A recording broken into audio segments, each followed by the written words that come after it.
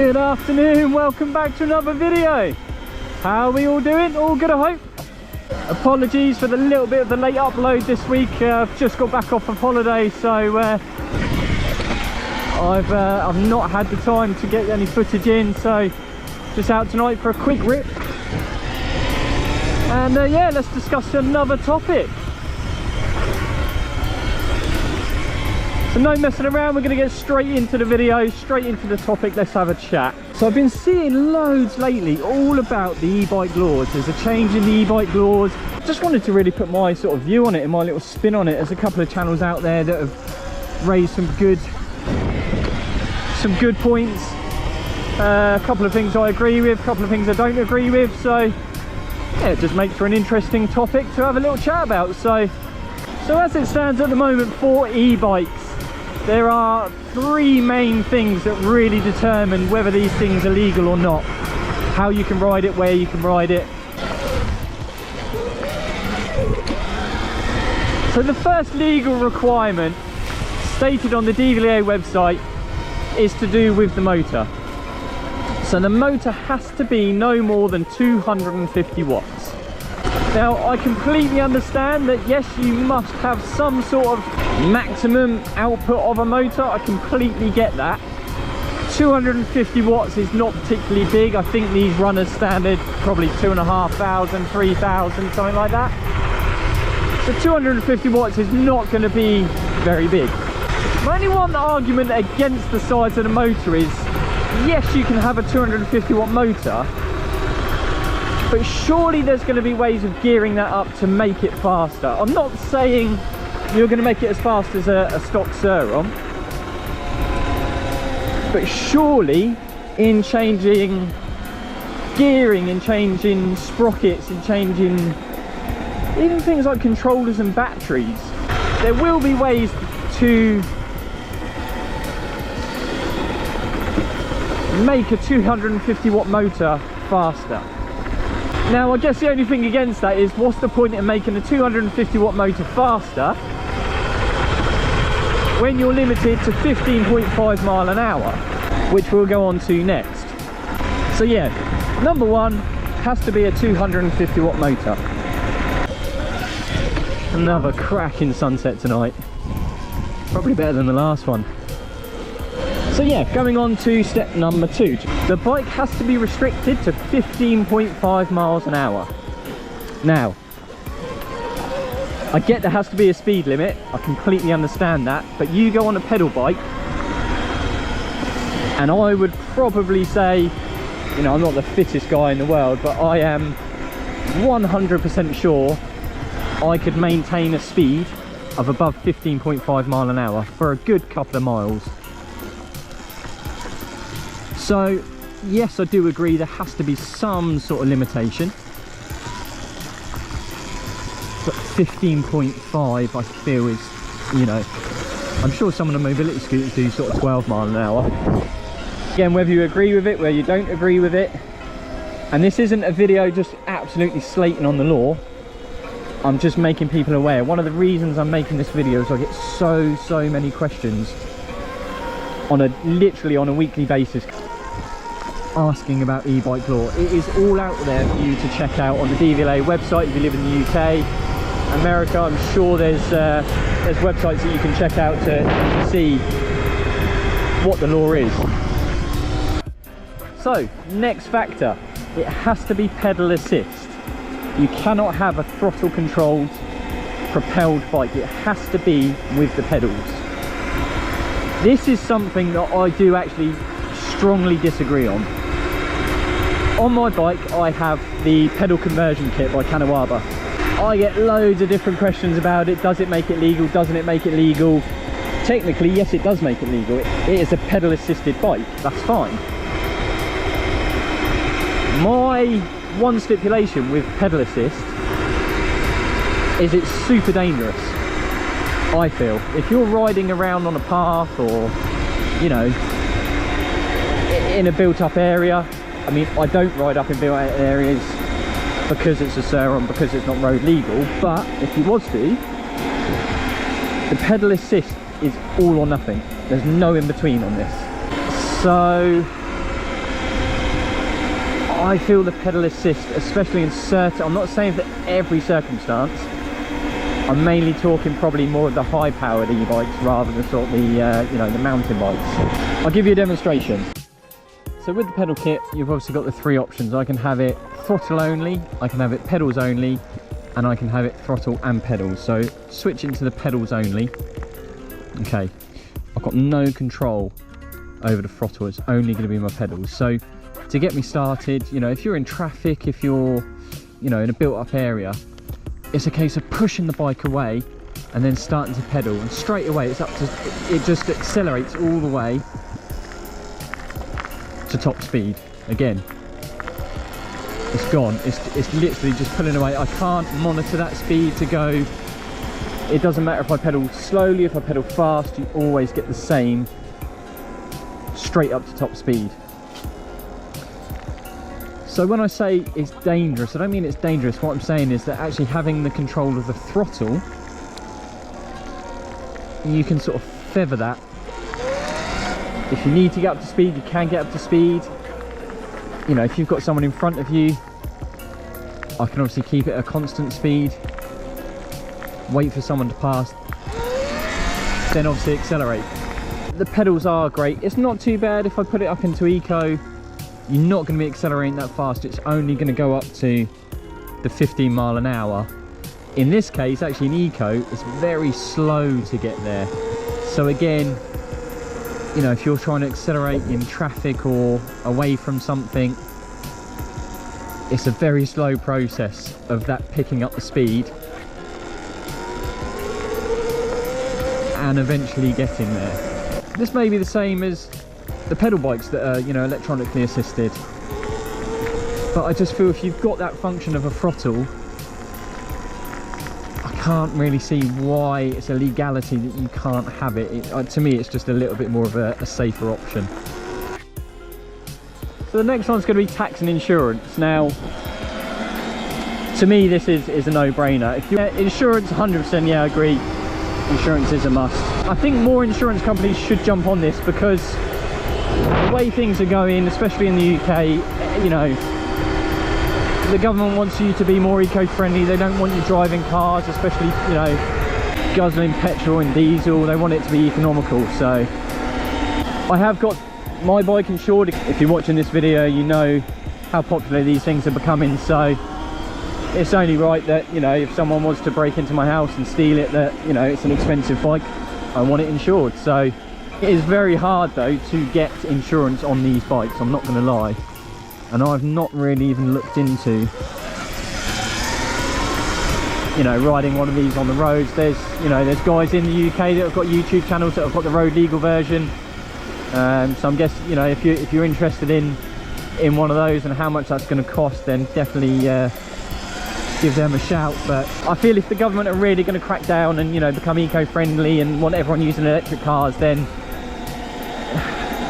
these really need to be a little bit more accessible. They need to be a little bit more lenient so that people don't fear owning one. They want to own one, you know, to commute to work, to go out and have fun recreationally. And, you know, the real issue with e-bikes, you know, e-scooters, it's just that minority that do something stupid that gives everyone a bad name. And I always find on my videos, I get so many people commenting, putting their 2 pence in about, you know, how bad these are and how only drug dealers ride them, and, you know, they're being used for crime. And but there's also hundreds of thousands of people that own these bikes like me, that, you know, I'm not out robbing old ladies or dealing drugs, I'm just out having fun.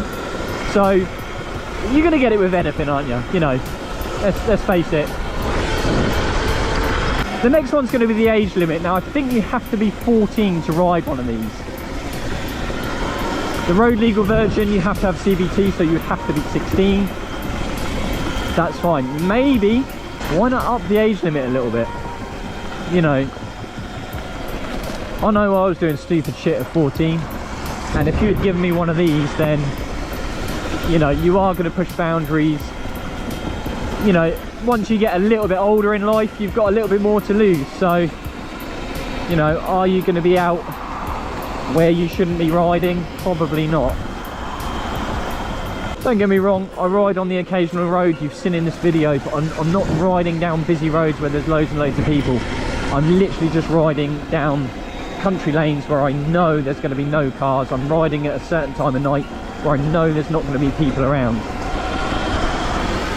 So maybe that's an option, you know, maybe upping that age limit a little bit more, 18, may just deter. Not saying that all, you know, 14, 16-year-olds are going to go out and cause havoc, but again, I'm almost tarnishing them, you know, the same as people talking about e-bikes. I'm tarnishing younger people with that same brush. I don't mean to. I'm just saying you've got a little bit more to lose the older you get. Now, I know I'm going to get a load of comments now just saying, oh, stop whinging, stop whining, just go out and get the road legal version. This is not a whinge and a whine. This is just clearing up some of the topics about the legalities of owning a Sur Ron just in the UK, what the requirements are.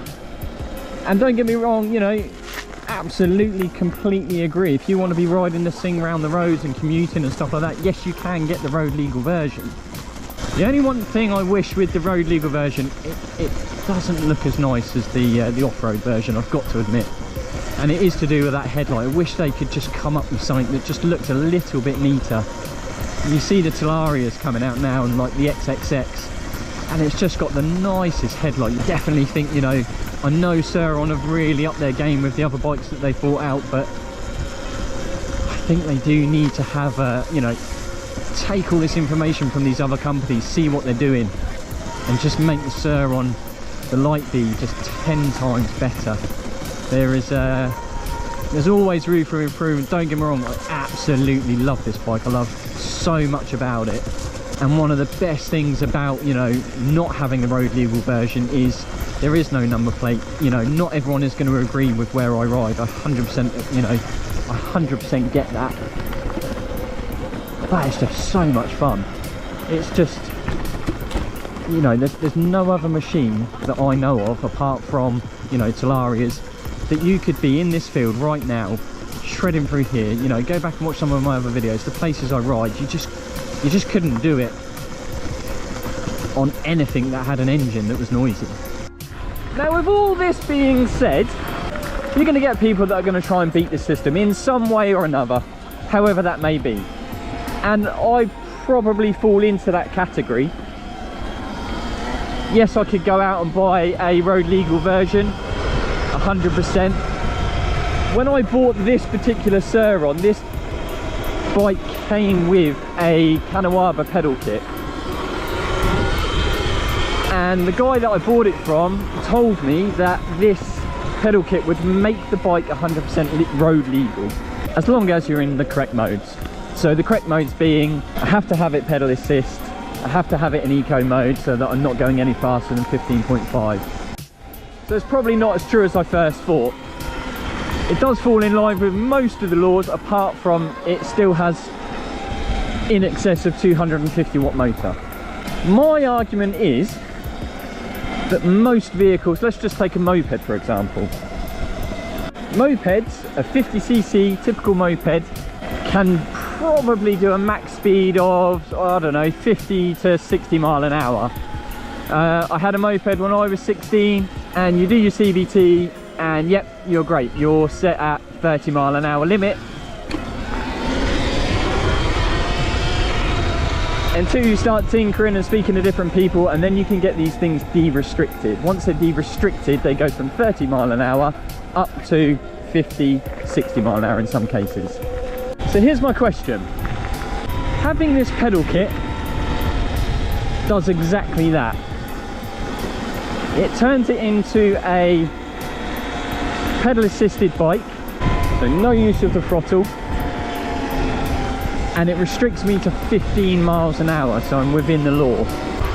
So what difference does it make having a bigger motor when you're restricted by those other two things? And this is not a I'm right, I'm wrong. I'm just asking the question because there's nothing on the internet, there's nothing on the DVLA website, there's nothing on anywhere on the internet as a whole The only sort of literature that I see on this is people that don't have Sur Rons read that little bit on the DVLA website and then just shut the conversation down.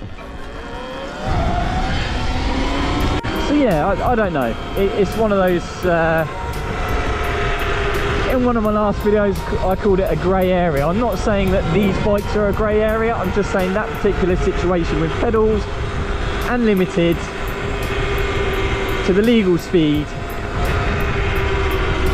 to me is a bit of a grey area, because it does fall. I just don't get why the motor has anything to do with it, because if you're limiting the speed, you're limiting the use of the throttle, where does the problem lie? I really don't know. If anyone does know, by all means please leave it in the comments. Please don't leave a comment it's illegal, it's over a 250 watt motor. We know that. The conversation I'm trying to have is, like I said, having those two other factors in place, why does it make a difference on the motor?